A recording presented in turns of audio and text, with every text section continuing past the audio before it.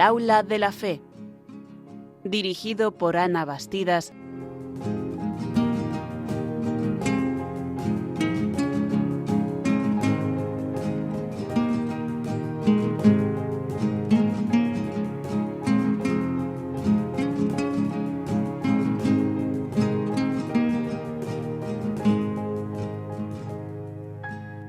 Muy buenas tardes, queridos oyentes. Soy Miguel Etallo y están escuchando El Aula de la Fe, aquí en Radio María. Antes de comenzar nuestro programa, vamos a continuar leyendo unos fragmentos de la Carta Apostólica Diseñar nuevos mapas de esperanza, publicada por el Papa León XIV el 28 de octubre de 2025. Como decíamos en otra ocasión, su lectura no tiene desperdicio. Nos dice el Papa: la educación cristiana es una obra coral. Nadie educa solo.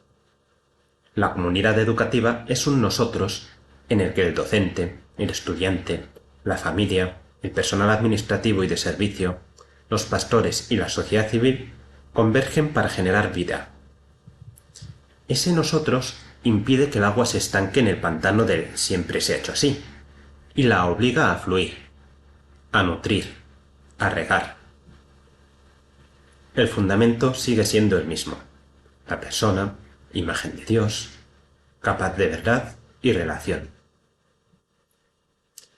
Educar es una tarea de amor que se transmite de generación en generación, remendando el tejido desgarrado de las relaciones y devolviendo a las palabras el peso de la promesa: todo ser humano es capaz de la verdad.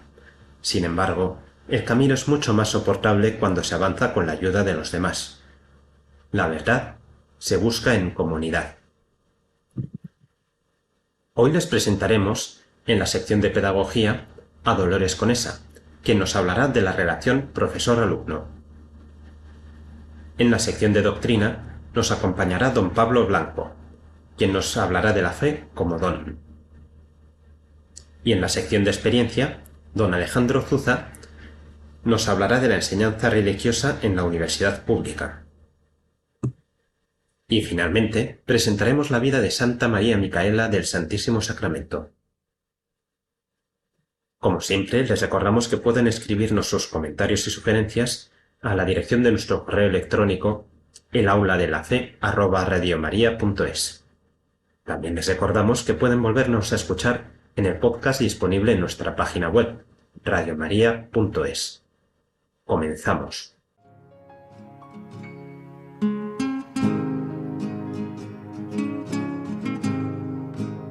En la sección de Pedagogía contamos con María Dolores Conesa Lareo. María Dolores es profesora titular de Filosofía en la Facultad de Educación y Psicología de la Universidad de Navarra. Forma parte del Grupo de Investigación en Educación, Ciudadanía y Carácter. Actualmente sus temas de investigación y docencia se desarrollan en la ética, antropología y filosofía de la educación. Y desde ahí estudia las transformaciones sociales actuales y sus implicaciones educativas y psicológicas. ¿Qué tal, Dolores? ¿Cómo estás? Muy bien, muchas gracias por esta invitación. Encantada de estar con vosotros. No, a ti, muchas gracias por asistir. Siempre en educación se trata de llegar a, teorizar o saber qué tipo de relación es la que debe tener un profesor y un alumno. Hay muchas personas que piensan que puede ser una relación de amistad, otros totalmente lo contrario, que más bien una relación de amistad pues interferiría con la autoridad que debe tener un profesor. Sin embargo, tú propones que la relación entre maestro y discípulo es una relación artística. Eso es algo que por lo menos a mí me parece muy novedoso. ¿Nos puedes explicar un poco este tipo de relación? Sí, efectivamente yo he planteado en algunos escritos esta idea de la relación artística, porque en realidad cuando el educador se pone a reflexionar sobre su tarea, cosa que hacemos muy a menudo los educadores, te pones a reflexionar y te das cuenta que en el ejercicio de tu tarea lo primero que te ocurre es que te encuentras con alguien. Se da un encuentro con alguien. Es decir, la educación es netamente una relación interpersonal entre personas. El momento que te encuentras con alguien, lo que te hace reflexionar es que aquí lo que estoy es trabajando con personas directamente.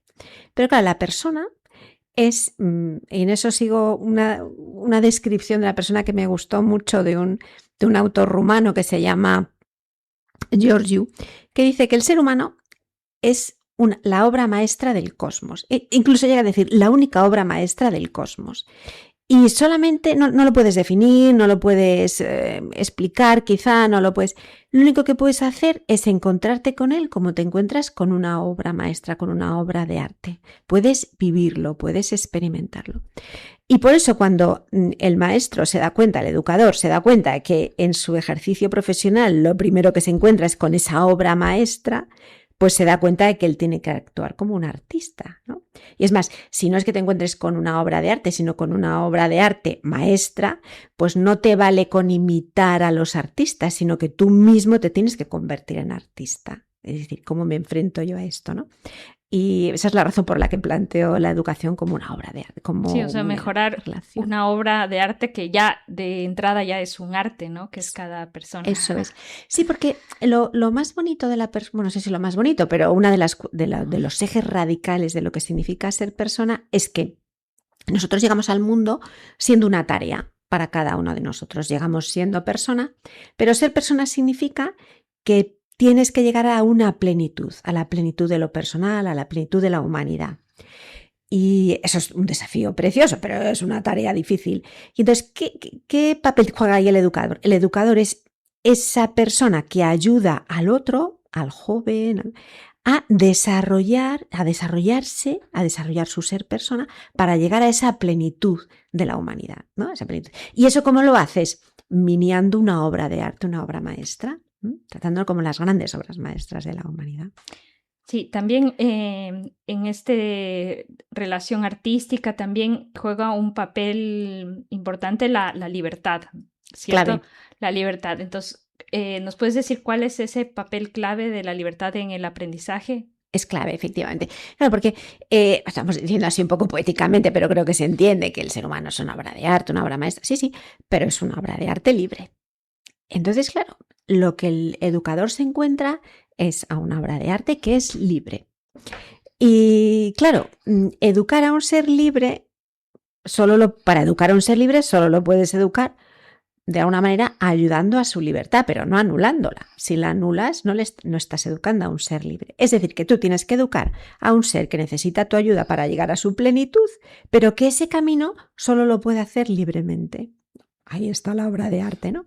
Entonces, tú tienes de alguna manera que conducir esa libertad, a ayudar a esa libertad a que sea ella la que quiera aprender, crecer, desarrollarse, llegar a esa plenitud.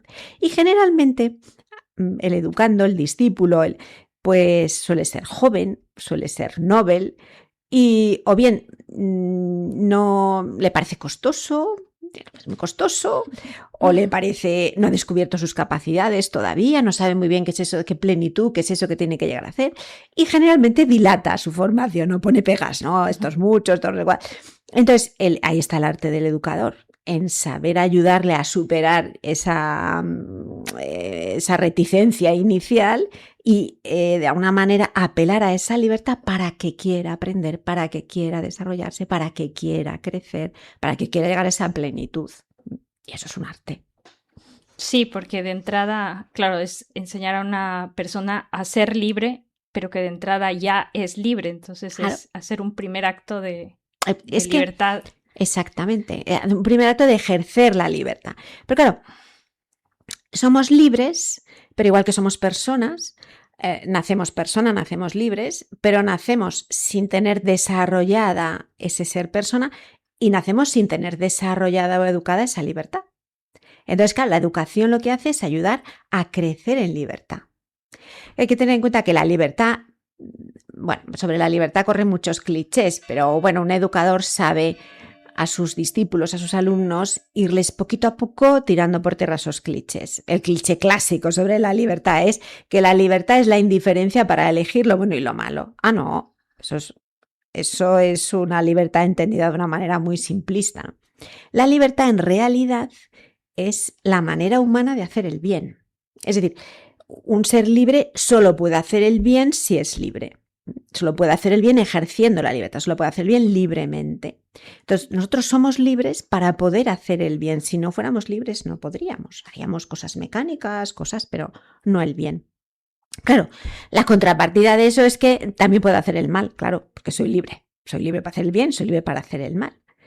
Pero ¿qué hace el educador? Enseñar a su alumno que si elige libremente el bien, está creciendo en libertad. Y que elegir libremente el mal es un simple residuo de libertad, pero no es ser libre. Decrece en libertad. Porque el mal te va, de alguna manera, comiendo, te va comiendo, y al final te hace muy difícil elegir otra cosa que el propio mal, ¿no? Te va, ¿no? Lo que ya los clásicos llamaban el vicio. Cuando uno coge el vicio de alguna manera le come, le va comiendo su libertad. Es muy difícil salir de esa situación. Sí, y también lo que decíamos al inicio, que muchas veces un maestro tiene cierto temor de mostrarse muy cercano a sus alumnos, por esto de perder la autoridad frente a ellos, y justamente para modelar esa libertad muchas veces necesita esa distancia que te da la autoridad. La autoridad. Entonces, ¿tú cómo propones que esa autoridad del maestro no suprima la libertad con la que tiene que seguir contando? Claro, no puede, porque si la suprime, ya lo ha estropeado todo, porque te acuerdas que al principio decíamos que está educando a un ser libre. No puede nunca el maestro anular el educador, pues también son educadores los padres, ¿no? En un sentido amplio de la educación, el maestro. No puede nunca plantearse su tarea como anular la libertad. Se ha hecho en la historia, pero el resultado educativo es mínimo, ¿no? Entonces, no puede hacerlo. Tiene que plantearse, ¿yo cómo consigo conjugar autoridad y libertad? Ese es el tema, ¿no? Sí. Entonces, el nexo entre autoridad y libertad es la benevolencia. Te voy a poner un ejemplo que uso mucho con mis alumnos, con el que ellos lo entienden muy bien, que es para educar la virtud, por ejemplo. Para educar la virtud, para hacer un acto virtuoso, tú tienes que saber, tener gusto por el bien, sentirte atraído por el bien y darte cuenta del acto virtuoso aquí, pues ser leal con mis amigos, ser honesto, trabajar, muchas cosas, ¿no?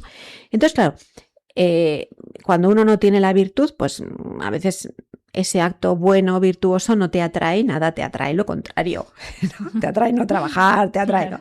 Entonces, ¿qué hace aquí el educador? El educador de alguna manera tiene una tarea de sustituir al educando, y entonces el que sí es virtuoso debe de ser virtuoso, si no, no puede enseñar la virtud, le muestra al educando el acto virtuoso aquí y ahora. ¿Qué es aquí y ahora? Ser honesto, ser leal, ser trabajador, ser generoso, ser justo, etc., ¿no? Y entonces, ¿qué hace con ese testimonio, ese testimonio vital? Le muestra atractivo al educando, le muestra atractivo el acto virtuoso aquí y ahora. Se lo muestra atractivo con su propio testimonio de vida, y eso resulta atrayente. Y esa es cuando el educando ve eso y quiere de alguna manera agradar al educador, hacer lo que dice para agradarle, porque lo ve como una persona buena, como una persona benevolente, le está imitando de alguna manera, el educador está atrayendo al educando a la virtud a través de su ejemplo, de su testimonio, ¿no? Y le está atrayendo su libertad, haciendo que él libremente quiera imitar lo que está, pero porque el educando ha visto la benevolencia del educador, ¿no? Por eso, y eso es la autoridad. Reconocer la autoridad del educador es reconocer su benevolencia, reconocer que él es bueno aquí y ahora y que me está mostrando el camino de la virtud. Por eso cuando el educador le dice al educando, es mejor ser justo que injusto, leal que desleal, honesto que tramposo, trabajador que perezoso, sincero que mentiroso. Él tiene que, de alguna manera, encarnar en su vida eso que está diciendo, que es mejor. Y entonces el educando no lo descubre como una cosa teórica, sino que lo ve hecho vida en alguien que es benevolente, que le quiere, que le aprecia y que lo muestra así. Y entonces dice, bueno, esto sí que merece la pena. Y entonces le atrae. Es una autoridad que no constriñe, es una autoridad que no te obliga, te fuerza, te impone, sino que te atrae. De alguna manera te diría que la autoridad y la libertad unidas en la educación es algo así como, ¿cómo te diría yo? La palabra podría ser deslumbrar, ¿no? O cuando alguien te seduce. Pero una seducción honesta, porque te seduce con el bien de la persona. Esta es la idea. Y eso te resulta atractivo. Y por eso, autoridad y ese tipo de autoridad que seduce con el bien y libertad no se contraponen, al revés.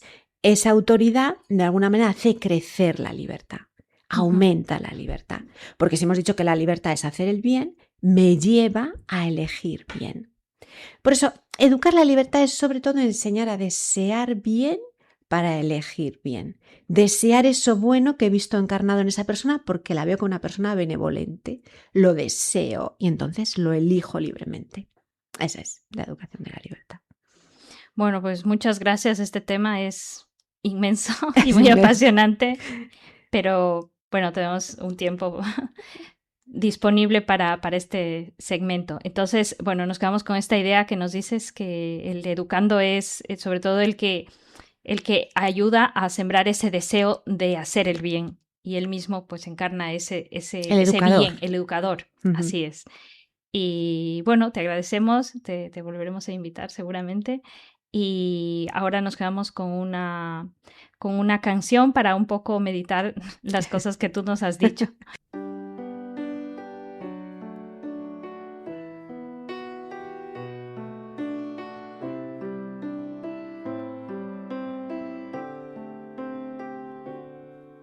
Rendido a tus pies, oh Jesús mío, te pido humildemente amarte, servirte y serte fiel.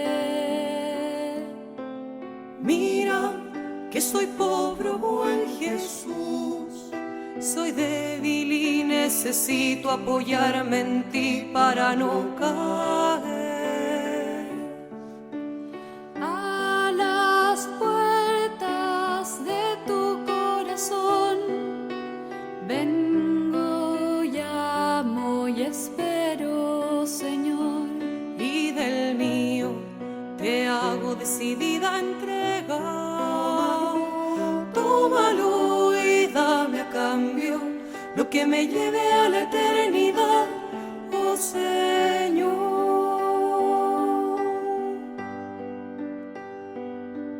Señor, quiero hacer tu voluntad y tú me dices, ánimo, no temas que soy yo. Oh Sagrado Corazón, sé todo para mí, no busque yo consuelo más que en ti. A las puertas de tu corazón vengo, llamo y espero, Señor, y del mío te hago decidida entrega. Tómalo y dame a cambio lo que me lleve a la eternidad, oh Señor. Sé tú mi refugio, quiero esconderme en tu corazón. Y del mío te hago decidida entrega. Tómalo y dame a cambio lo que me lleve a la eternidad, oh Señor.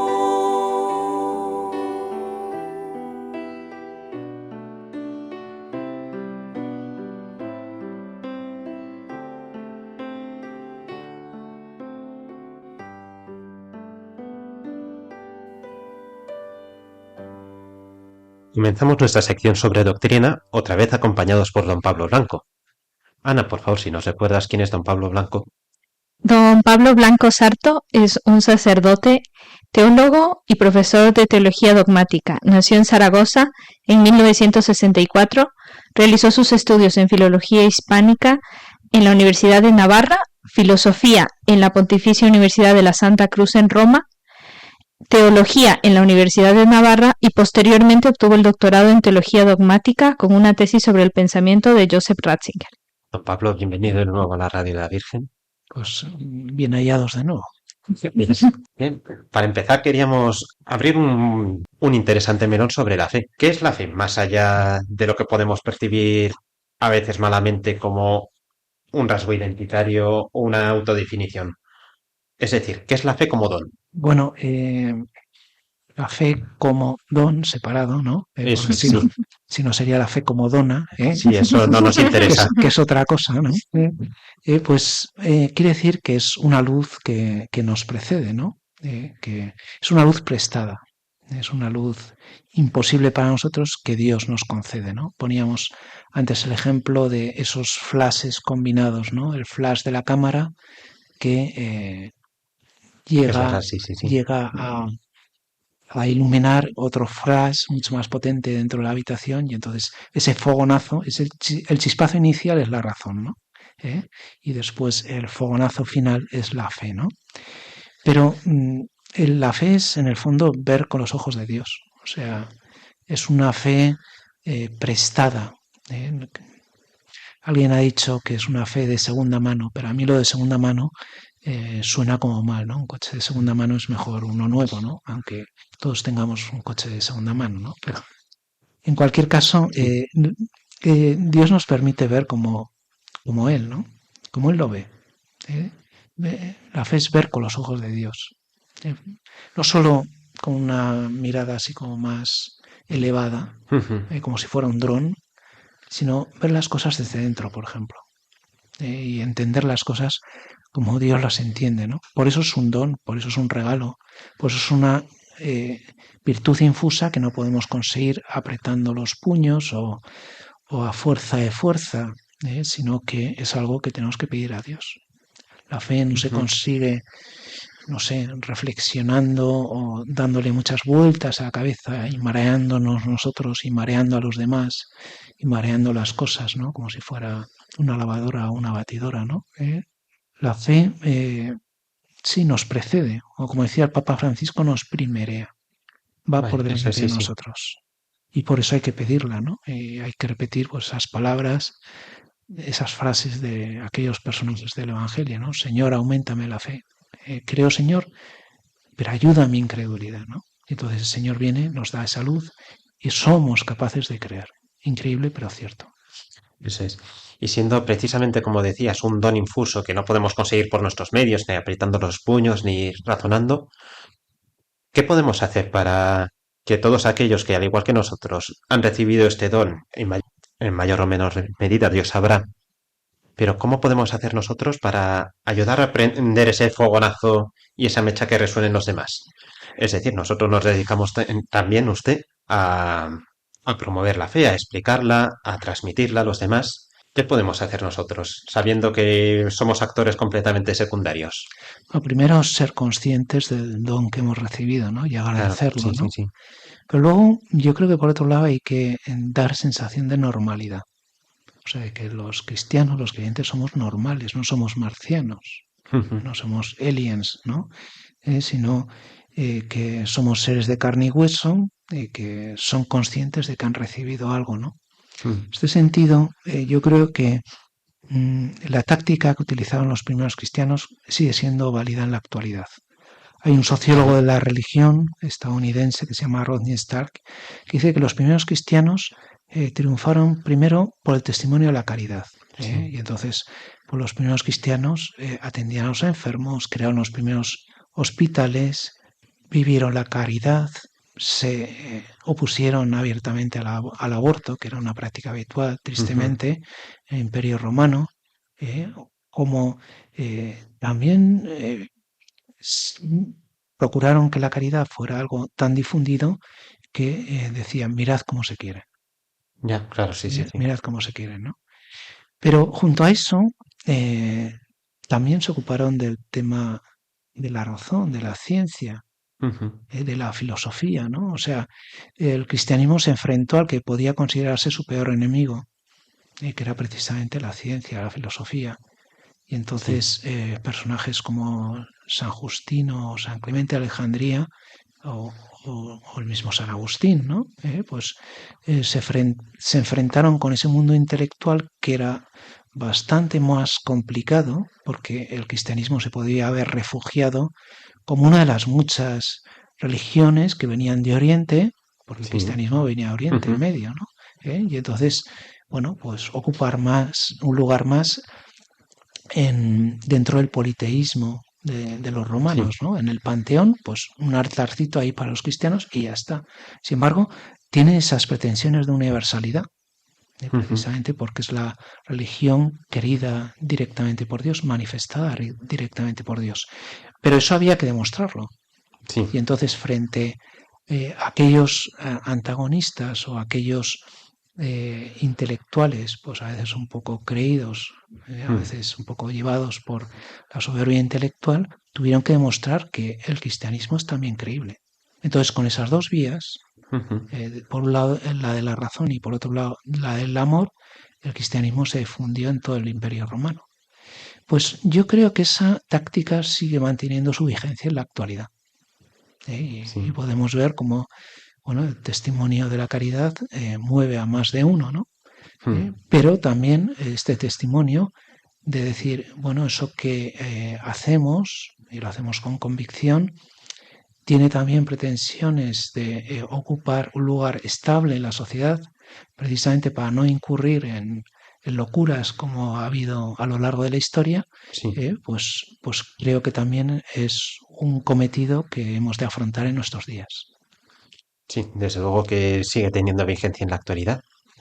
Y otra cosa, a raíz de lo primero que me acabas de responder en esta pregunta, la fe, para transmitir la fe a los demás tenemos que ser muy conscientes de la nuestra propia. ¿Qué pasa cuando quizá alguno que sea oyente de aquí pueda hablar de alguien en tercera persona o en primera persona? Cuando esa fe empieza a flaquear. Es decir, no es un esfuerzo nuestro personal, pero ¿qué podemos hacer nosotros sabiendo que es algo que se nos ha dado? Bien, claro, puede venir el momento de la duda, ¿no? Sí. Y yo creo que hay que quitarle un poco de dramatismo a la situación. Dudar es lo normal. La Mm. inseguridad, el no tener evidencias o certezas absolutas, es algo que puede ocurrir en nuestra vida, ¿no? Entonces, uno puede convertir aquello en un problema irresoluble y hundirse, o puede convertirlo en parte de la solución. Dicen que hay crisis de crecimiento y crisis de hundimiento. Sí. Entonces, bueno, pues nosotros tenemos que hacer de esa duda una ocasión para profundizar en la fe, ¿no? Mm. Cuando San Pedro va caminando sobre las aguas y entonces duda porque el agua salpica y moja y se pregunta, ¿y qué hago yo caminando aquí sobre las aguas? Imposible, es verdad. Sí. Nosotros en la vida cristiana vivimos de milagro y vivimos de los milagros que hace Dios con nosotros, ¿no? Entonces, podemos dudar y podemos hundirnos como Pedro, ¿no? Entonces, en ese momento es cuando él dice, Señor, sálvame. Y entonces el Señor, con su mano poderosa, le saca del agua y aquello sigue adelante, ¿no? Y Pedro pues, será fiel y será la roca y el fundamento de la iglesia y todo lo que quieras, ¿no? Pero quiero decir que hay que aprovechar estas dudas, pues también, pues, sí, pues para leer, para informarme, para hablar, para pensar, para rezar. Y también para acudir a Dios diciendo eso que decíamos antes, Señor, aumentame la fe, creo, Señor, pero ayuda a mi incredulidad. Entonces el Señor vendrá y nos ayudará, ¿no? Entonces tendremos una fe que sale fortalecida, quizá con alguna cicatriz, con alguna herida que ha sido curada, pero después de haber descendido al infierno de la duda, hemos sido capaces de salir y eso siempre gracias a la ayuda de Dios. Y por último, sabemos que las dudas en la fe puede ser algo normal. ¿Qué pasa cuando parece que no se ha dado esa chispa inicial?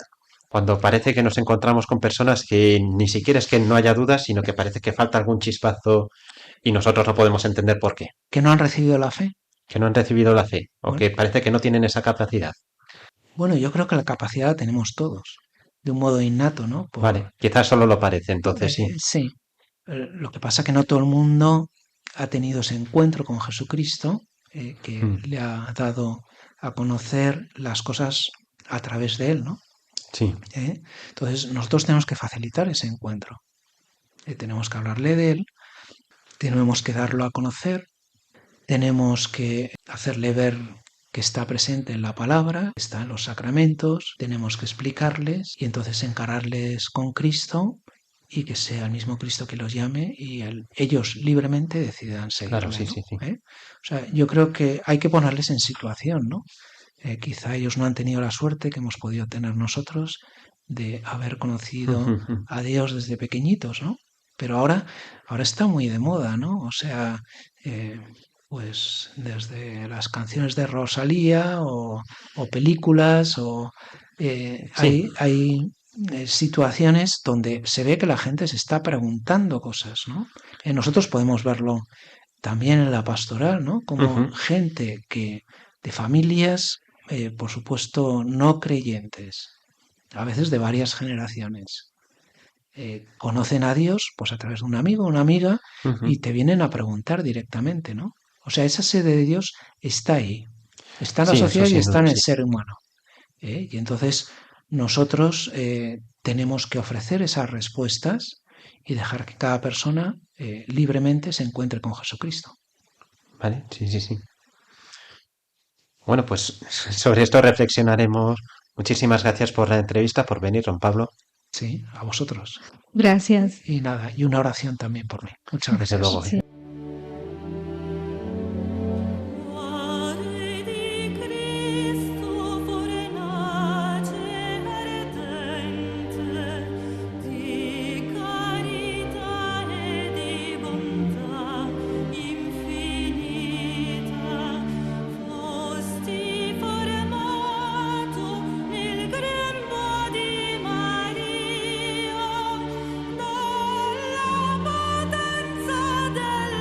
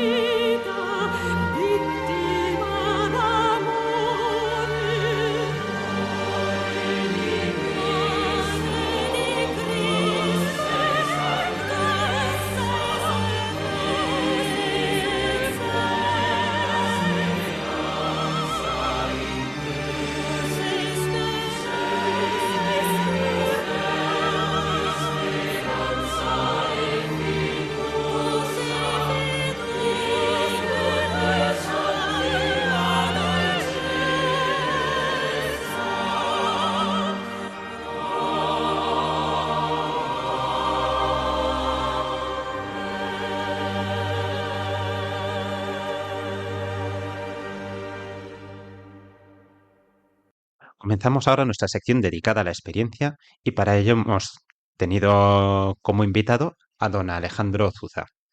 Sí, don Alejandro Susa nació en 1983 en Pamplona, fue ordenado sacerdote en 2015.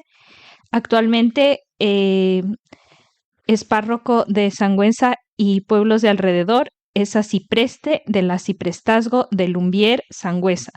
Además es profesor en la Universidad Pública de Navarra, profesor de estudiantes de magisterio que desean obtener el título para ser profesores de religión. Don Alejandro, bienvenido a la Radio de la Virgen. Muchas gracias, Miguel. Para empezar, y antes de empezar con más preguntas, ¿qué es esto de ser arcipreste? ¿Qué es un arciprestazgo? Suena un poco como antiguo, ¿verdad? Yo cuando estudiaba en el colegio me sonaba lo del arcipreste de Ita, De Ita, ¿verdad? sí. ¿Te acuerdas de esas cosas, no? En realidad, el arciprestazgo es una especie de división territorial de la diócesis en la que cuando no existían los móviles, a partir de la Edad Media y luego la Edad Moderna y también la Edad Contemporánea antes de los móviles, pues sobre todo era que dentro de una zona, de una diócesis, hubiese un párroco que fuese el portavoz de diferentes parroquias de la zona con respecto al obispo y viceversa, ¿no? El portavoz del obispo con respecto a esas parroquias de la zona, ¿no? Hoy en día, claro, tanto el obispo como cualquier sacerdote tiene móvil, así que cualquier sacerdote puede hablar directamente con el obispo sin mediación de un arcipreste, ¿no? Pero en cualquier caso, hoy en día, bueno, pues el arciprestazgo sí que tiene cabida en el sentido de que como los sacerdotes muchas veces trabajamos de una manera a veces un poco solitaria, un poco a veces Sí. nosotros nos decimos así jocosamente que somos francotiradores, porque somos así, oye, yo, mi parcela, mi parroquia y tal. Bueno, pues de vez en cuando, por lo menos una vez al mes, procuramos reunirnos, charlar juntos, hablar de cosas que se proponen en la diócesis y viceversa, cosas que nosotros podríamos hablar hacia la diócesis y sobre todo nos juntamos para rezar, confesarnos, si hay posibilidad entre nosotros, Sí. y luego pues comer, que siempre cuando hay un poquito de vino en la mesa, pues al final hay fraternidad sacerdotal, ¿no? Sí. Entonces, eso viene bien, ¿no? Entonces, sobre todo es eso, ya que somos personas a veces un poco por nuestra manera de ser un poco individualistas, es una manera también de que nos juntemos, de que hablemos y que también nos desahoguemos, porque la persona que más te va a conocer siempre, o que más te va a comprender es otro sacerdote, ¿no? Claro, sí, sí, sí, sí. Eso es. Así que eso es un poco lo que hacemos hoy en día, o al menos lo que hago yo dentro del arciprestado de Lumbier Sangüesa. Nos reunimos solamente una vez al mes, pero bueno, es bastante, en mi opinión, es algo bonito de hacer. Vale, sí, sí. Sigue teniendo su función. No se ha quedado como una cosa antigua, desde luego. Exacto, sí, sí, sí. Vale. Y ya entrando en materia, ¿qué espacio tiene la enseñanza de la religión en una universidad pública? Que Bueno, parece que también choca mucho hoy en día. sí, a ver, hombre, en realidad de momento yo no tengo ni idea de cómo es la Constitución, pero creo que de momento sí que dicen, ¿no? Que somos un país laico, ¿no? Laico Y a confesional, en confesional, realidad ¿no? es eso. Sí, sí. A veces hay quien pretende hacer de esto un poco algo más laicista, ¿no? Y quitar un poco la religión del ámbito público. Eso no está de acuerdo con esta Constitución. O sea, yo creo que precisamente el espacio público es algo estupendo para que cada religión pueda tener su espacio para poder ser enseñada, ¿no? A aquel que lo desee, al fin y al cabo, ¿no? Claro, sí. Entonces, sí, nosotros trabajamos pues porque esto sea posible, ¿no? Porque la religión cristiana pues pueda tener una cabida dentro de la enseñanza pública y poder mostrar un poco, quién es Jesús de Nazaret, ¿no? Y aquel que quiera escucharlo, porque aquel que viene a las clases puede ser creyente o no. Eso no importa, no es requisito, ¿no?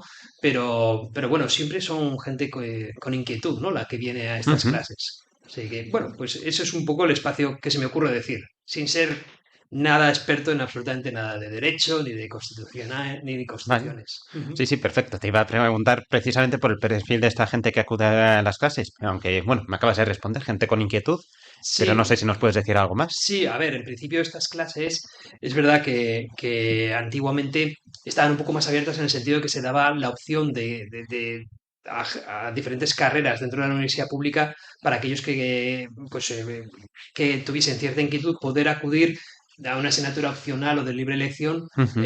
como es la religión. Ahora sí que se ha enfocado más exclusivamente a aquellos que están sacándose el título de magisterio Eso, infantil vale, sí, sí, sí. y primario, y entonces nosotros damos la opción a que se puedan sacar el título de la beca, que es ser profesores de religión en el ámbito infantil y de primaria, ¿no? Entonces, se reduce el número de alumnos, obviamente, ¿no? Ya no se da esa libre elección o optativa para otras carreras, pero aun Ujú. con toda la gente que viene, a mí por lo menos este año me da la impresión de que son personas que tienen inquietud, que están muy receptivas, que están abiertas y que quieren conocer, ¿no? Sobre todo la religión cristiana católica, ¿no? Y están pues muy receptivas a lo que les digamos, ¿no? Yo al menos Mm. encuentro ese ambiente. Hasta, Vale, sí, hasta sí. veo alumnas que me miran con cariño diciendo, ay, este sacerdote tal, no sé qué, que nos explica tal, no sé qué. ¿Qué vaivenes tendrá en su parroquia? Sí, lo veo así de esa manera. Oye, Ujú, pues bien, sí, sí, sí. ujú. Y para estos futuros profesores de religión de primaria y de infantil, ¿qué es lo más importante que, o por lo menos en tu opinión, qué es lo más importante que hay que transmitirles? Bueno, a ver, yo lo que sí que procuro desde los primeros días que tenemos de clase, les digo, a ver, que una cosa es conocer la asignatura y otra cosa es vivirla, ¿no? Entonces, yo sí que Ujú. les animo a que si tienen fe, que eso ya es un regalo de Dios, ¿no? Pues Sí, que cultiven esa fe, ¿no? O sea, que respondan que sí a lo que el Señor les pide, ¿no? Entonces, claro, qué diferente es cuando una persona te habla de, Jesús de Nazaret para el ámbito católico es la segunda persona de la Santísima Trinidad que vino al mundo, o una persona que te ya. diga, oye, Jesús de Nazaret ha resucitado, está vivo y está en la Eucaristía, ¿no? Qué diferente es decirlo de una manera o de la otra, Pues ¿no? sí, sí, sí. Entonces yo les animo a que si tienen fe, la busquen en la oración y en los sacramentos. ¿Por qué? Ujú. Porque realmente si yo soy sacerdote es porque a mí ha habido una persona que me ha sabido transmitir su fe. O sea, que ha sabido con una sonrisa decirme que Jesucristo estaba vivo, ¿no? Claro, esto yo a veces soy un poco bruto a la hora de decirlo, ¿no? Pero al fin y al cabo, matrícula de honor en teología saca el Ujú. diablo. El diablo ha visto a Dios cara Bueno, a cara. claro. Claro, el diablo ha visto a Dios cara a cara. Entonces, el diablo tiene un conocimiento perfecto, frío, de Sí, quién es Dios, ¿no? O sea, no conoce a Dios realmente, pero sí que te puede decir todas las características de teología, y se sacaría una matrícula de honor en un examen, ya. ¿no? Pero el diablo no está en el corazón de Dios, ¿no? Entonces, sobre todo yo les animo a que amen a Dios, ¿no? A que amen aquello que están estudiando, sobre todo, a que de verdad profundicen y quieran conocerlo cada vez más y que lo lleven a la oración, ¿no? Porque sobre todo además para un niño pequeño, imagínate, a un niño pequeño se le transmite también con una sonrisa y mirándole a los ojos, ¿no? Sí, Y si verdaderamente crees en lo que dices, el niño lo va a recibir muchísimo más, ¿no? Entonces, yo les animo a eso, pero claro, eso ya es una cosa también de fe y bueno, que ellos se lo tienen que pedir al Señor, es un regalo al fin y al cabo, ¿no? La fe, ¿no? claro, Entonces sí, sí, también sí. les animo a eso, que si ya empiezan a vislumbrar que Dios les está regalando el don de la fe, que lo cultiven y lo Ujú. busquen y lo encuentren dentro de la iglesia, eso sí que les animo a hacer. Claro, sí, sí, sí. Y si no, para estas personas que aún no han cultivado el don de la fe o que se hallan más perdidas en este aspecto, pueden enseñar la religión. Seguramente no pueden de la misma manera que una persona que tiene fe y la transmite, como acabas de decir. Pero ¿cómo pueden enseñar esa religión sin practicarla? Pues es más complicado, desde luego. O sea, lo que seguramente si son personas, a ver, esto es lo que también nos dice el Señor en la Biblia, no sé, no me acuerdo en qué pasaje lo dice, ¿vale? Pero sí que dice que, claro, que si hay personas de buena voluntad que buscan la verdad, pues Ujú. hombre, pues sí que pueden transmitir cosas, ¿no? Y al fin y al cabo es verdad que la fe es un don que regala el Señor, ¿no? Entonces, a ver, yo lo que sí que les animo a que sean muy humildes y que busquen siempre con sinceridad la verdad. Sí, Entonces, dicho esto, bueno, pues al final la fe, yo creo que el Señor regala la fe a aquellos que buscan con sinceridad, con apertura de mente, con sinceridad de corazón, con ujú. búsqueda de la verdad, pues yo creo que al final pueden transmitir, ¿no? Pero efectivamente es un don que da el Señor, ¿no? Entonces, hay personas que te pueden confesar, oye, pues mira, yo es que no encuentro la fe, tal, no sé qué, bueno, pues estás abierto a la verdad, estás abierto al bien, tal, bueno, pues oye, adelante, sigue por este camino y te animo a que un día, bueno, pues te pongas a rezar un poco, ¿no? Sí, Y de verdad, pues si no haces ascos a rezar el Padre Nuestro, el Ave María, pues tal vez un día el Señor efectivamente te regale ya el don de la fe. Ponerse a rezar ya es un síntoma de fe. Si mm, no, sería, me explico, entonces ya, sí, sí, sí, si claro. es tan difícil ser ateo, me explico, o sea, que en el fondo siempre hay un atisbo, ¿no? En toda la persona, ¿no? Mm, Yo creo que, vamos, por lo menos tiene que haber una voluntad de una buena intención, una rectitud de intención, ¿no? ya, sí, Yo sí, creo que sí, eso sí sí. que tiene que haber en todos. Y luego, claro, luego ya cuando el Señor regala la fe y tú le respondes con tu vida de oración, de Mm, sacramentos, jo, pues ahí ya seguro se transmitirá mucho mejor. La gente lo ve, sí. la gente lo ve. sea, la gente ve al que cree y al que no, eso se percibe. Se nota, Ya, no sé cómo decirlo, ¿no? Se siente, por así decirlo. ya. Sí. No sabría decirte más, ¿eh? Porque claro, esto seguramente hay gente que sepa mucho más que yo de estas cosas. Pero bueno. Bueno, pero tú estás ahí en el día a día. No, no sé si podrías añadirnos alguna experiencia más, algún reto al que te sueles enfrentar en tus clases. Bueno, el reto es sobre todo acabar la materia, porque me enrollo más que las persianas a Bueno, vale. veces. Entonces, sí, o sea, doy dos asignaturas. Una es la fenomenología de la religión, es decir, el hecho Sí. religioso en el mundo, ¿no? Entonces, ¿qué religiones hay en el mundo? Claro, aquí sí que tuve que estudiar yo por mi cuenta. Para mí esto sí que era un reto, Ujú. porque yo sé que Jesús es la verdad, ¿no? Entonces, claro, de repente tenía que hacer el esfuerzo de ponerme en la piel de personas que no tienen mi fe para entender pues un poco Claro, más sí. el budismo, el taoísmo, el islam Ujú. o el judaísmo, ¿no? El judaísmo es más fácil para mí pues porque son nuestros Claro, sí, hermanos sí. mayores, ¿no? Al fin y al cabo, ¿no?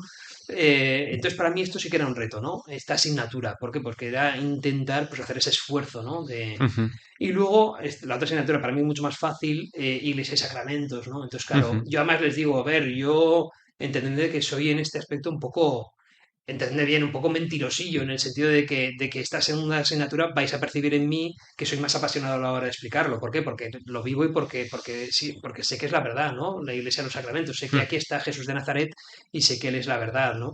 En el resto de religiones puede haber semillas de verdad, pero la verdad está en Cristo, ¿no? Entonces, yo les confieso ya desde el primer día, lo siento, pero se me va a ver el plumero, se me va a ver el plumero de que verdaderamente aquí voy a poner el 100 por 1, ¿no? En esta otra Sí, asignatura, sí, ¿no? sí. Se ríen, ¿eh? Se ríen conmigo. Bueno, pero también le escala porque bueno, Mm. cuando uno explica más apasionadamente, pues eso le escala más, ¿no? A la gente, ¿no? Eso Sí. es. Al final volvemos a donde hemos empezado. Cuando un profesor de religión realmente vive Ujú. su fe, lo acaban notando sus alumnos. Sí. Esperaremos que en este caso además sean los futuros profesores los que acaben notando Ujú. esa experiencia y puedan transmitirla. Ojalá que sí, rezo por ellos, sí. Pues nosotros también desde aquí. Alejandro Zuza, un placer haberte tenido aquí en esta entrevista. Muchas gracias, Miguel.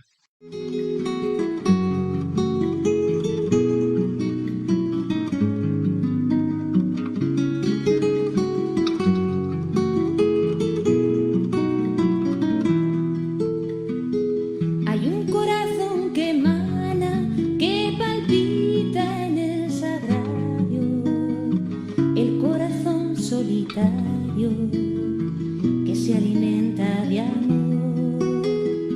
Es un corazón paciente, es un corazón amigo, el que habita en el olvido, el corazón de tu Dios. Es un corazón que ama, un corazón que perdona, que te conoce y que toma de tu vida lo peor. Que comenzó esta tarea una tarde en el Calvario y que ahora desde el sagrario tan solo quiere tu amor. Decirle a todos que vengan a la fuente de la vida. Hay una historia escondida dentro de este corazón. Decirles que hay esperanza, que todo tiene un sentido, que Jesucristo está vivo. Decirles que existe Dios.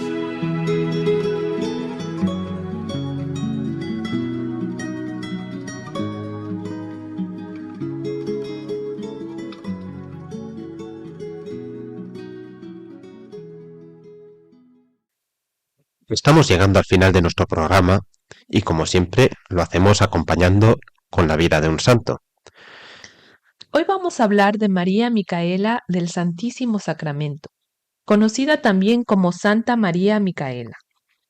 Nos acercamos a su figura porque representa una síntesis poco habitual. Mujer de alta posición social, formada en ambientes aristocráticos, que decidió dedicar su vida a las mujeres más marginadas de su tiempo. Su historia permite comprender cómo la caridad cristiana puede transformar radicalmente una vida y al mismo tiempo incidir de manera concreta en una realidad social herida. Nació en Madrid en 1809. Se educó con las religiosas ursulinas, pero al quedar huérfana de padre en 1822, regresó al hogar familiar, donde tuvo que ocuparse de los intereses de la familia. Esta responsabilidad temprana forjó en ella un carácter firme y grandes capacidades de gobierno y organización. De su madre recibió una sólida formación cristiana. De sus 8 hermanos, solo 2 sobrevivieron a la infancia. Cuando su hermano fue nombrado embajador en París y posteriormente en Bruselas, ella lo acompañó. Su vida adquirió entonces un ritmo exigente y contrastado. Madrugaba para asistir a misa, comulgar y realizar obras de caridad. Por la tarde participaba en recepciones diplomáticas, banquetes y actos sociales propios de la aristocracia. Supo vivir en ambos ámbitos sin renunciar a su vida interior. ¿Cuál es su historia y por qué la Iglesia lo ha canonizado? De regreso a España, el padre Caraza le sugirió entrevistarse con una mujer de profunda vida espiritual, María Ignacia Rico. Fue ella quien la llevó al Hospital de San Juan de Dios, donde se atendía a mujeres enfermas procedentes de la prostitución. La experiencia impactó profundamente a Micaela. Describió aquel lugar como un espacio donde todos los sentidos encontraban motivo de sufrimiento. Más allá de la enfermedad, le impresionó la falta de futuro de aquellas mujeres al salir del hospital. Comprendió que no bastaba con la asistencia puntual. Era necesario ofrecer una alternativa estable de protección, formación y dignificación. Junto con María Ignacia, consiguió una pequeña casa para acoger a jóvenes en riesgo y a mujeres que deseaban rehacer su vida. La decisión provocó incomprensión. Resultaba escandaloso para muchos que una mujer de alta sociedad se dedicara a convivir y a trabajar con mujeres marginadas. Antiguas amistades se distanciaron de ella y dejaron de apoyarla. Finalmente, abandonó su residencia acomodada y se trasladó a vivir con ellas en condiciones de pobreza. Para sostener la obra, vendió y empeñó joyas y bienes personales. En una ocasión, la reina la invitó al palacio para pedirle consejo. Micaela acudió con ropa sencilla y gastada. Fue objeto de burlas por parte de algunas damas de la corte, pero asumió aquella humillación con serenidad. El 6 de enero de 1859 fundó, con 7 compañeras, la Congregación de las Hermanas Adoratrices del Santísimo Sacramento, dedicada a la adoración eucarística y a la promoción integral de mujeres en situación de vulnerabilidad. La Iglesia la canonizó por la heroicidad de sus virtudes, su entrega radical a los más necesitados y la fundación de una obra que unía contemplación y acción social de manera orgánica. ¿Y qué podemos aprender hoy de ella? En sus casas hacía colocar esta frase: mi providencia y tu fe mantendrán la casa en pie. Mi providencia y tu fe mantendrán la casa en pie. Con ella recordaba que la obra no se sostenía solo por recursos humanos, sino por la confianza en Dios. Fue una mujer de profunda vida eucarística. En la comunión encontraba la fuente de su entrega. Para ella, la adoración no era una práctica aislada, sino el fundamento de su compromiso con las mujeres acogidas. Desde la experiencia del amor de Cristo, aprendió a mirar a cada persona con dignidad y esperanza. Su enseñanza es clara. La caridad cristiana exige concreción, organización y perseverancia. No se limita a la compasión momentánea, sino que busca transformar estructuras de exclusión. Al mismo tiempo, subraya que la acción social pierde consistencia si no nace de una vida interior sólida. Santa María Micaela, muestra que la adoración y el servicio no se oponen, se iluminan mutuamente. En la Eucaristía encontró la fuerza para amar a quienes la sociedad descartaba y para sostener una obra que humanamente parecía imposible. Bien, pues con la vida de esta santa terminamos el programa de hoy. Les recordamos que tienen a su disposición nuestro correo electrónico, elaulaDeLaFe@radiomaria.es, y también que pueden escucharnos en nuestro podcast en la página web radiomaria.es. Muchas gracias y hasta la próxima, si Dios quiere.